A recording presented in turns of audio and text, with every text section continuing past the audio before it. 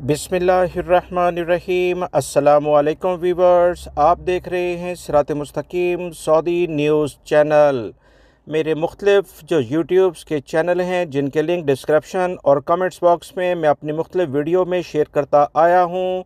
गैर मुल्की भाइयों का एक बहुत बड़ा मसला आजकल सऊदी अरब के कुछ वीज़े स्टैंप ना होना है। इसी बुनियाद पर एक मीडिया पर यह बात भी चल रही है कि शायद सऊदी अरब ने पाकिस्तान के लिए ख़ास तौर पर कुछ वीज़ों पर पाबंदी लगा दी है। इन तमाम बातों में क्या हकीकत है और आने वाले दिनों में गैर मुल्की अफराद के लिए क्या अहम इतलात आ सकती हैं, इस वीडियो में इसका जिक्र किया जाएगा। लिहाजा वीडियो मुकम्मल देखिएगा ताकि ई नंबर से मुतल्लिका और जो आजकल वीज़े स्टैंप नहीं हो रहे उस बारे में आपसे बात की जा सके और आपके जो बार बार मैसेज आते हैं उसी बुनियाद पर यह वीडियो शेयर की जा रही है। इससे आपकी मालूमात में इजाफ़ा हो और आप अपनी रकम ज़ाया होने से बचा सकें।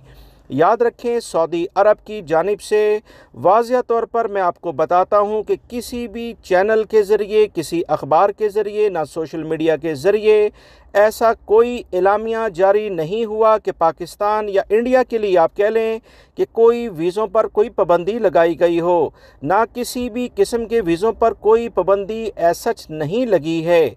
कुछ ऐसे मसले मसाइल हो सकते हैं जिसे आप आम ज़ुबान में टेक्निकल एरर कहा जा सकता है। इस बुनियाद पर अगर कुछ वीज़ा सिस्टम में ताख़ीर हो रही है तो इसका मतलब ये नहीं है कि वीज़ों पर कुछ पाबंदी लग गई है। ख़ास तौर पर घरेलू मुलाजमीन से मुतल्लिका जो शोबे हैं और इसके अलावा जो लोअर लेवल के दीगर टेक्निकल लेवल पर शोबे आते हैं, उनके लिहाज से अभी इतलात आ रही हैं कि कुछ लोगों के वीज़े स्टैंप नहीं हो रहे और जिनके हो रहे हैं वो तो बड़ी खुशी खुशी से वीज़े भी स्टैंप करके सऊदी अरब भी पहुंच रहे हैं।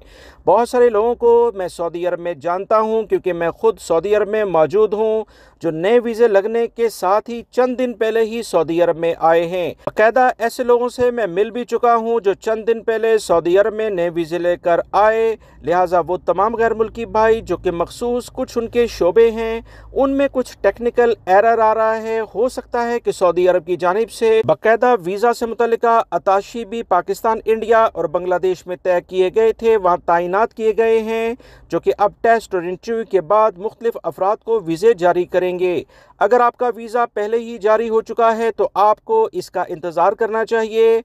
और जो भी मेडिकल से मुतल्लिका बहुत सारे लोगों ने सवाल किए कि इनका मेडिकल एक्सपायर हो गया है, तो याद रखें मेडिकल की कोई बहुत ज़्यादा रकम नहीं है। अगर आप 1-2 महीने तक मेडिकल करवाने के बाद इंतज़ार कर लें और इस रकम को आप एक चांस के तौर पर इस्तेमाल कर लें तो ज़्यादा बेहतर है। हो सकता है आपका वीज़ा स्टैंप हो जाए, क्योंकि अगर आपने मेडिकल नहीं कराया तो वीज़ा लगने का आपको कैसे पता चलेगा। लोगों की बातों में ना आए, अपने लिए चांस लें, मेडिकल करवा लें तो ज़्यादा बेहतर है। उम्मीद करता हूँ ये मालूमात आपके काम आएंगी। वीडियो लाइक करके शेयर भी कीजिएगा। इस बारे में मज़ीद जो भी कोई इतला आई बगैर किसी ताख़ीर के आप तमाम भाइयों की खिदमत में शेयर की जाएगी।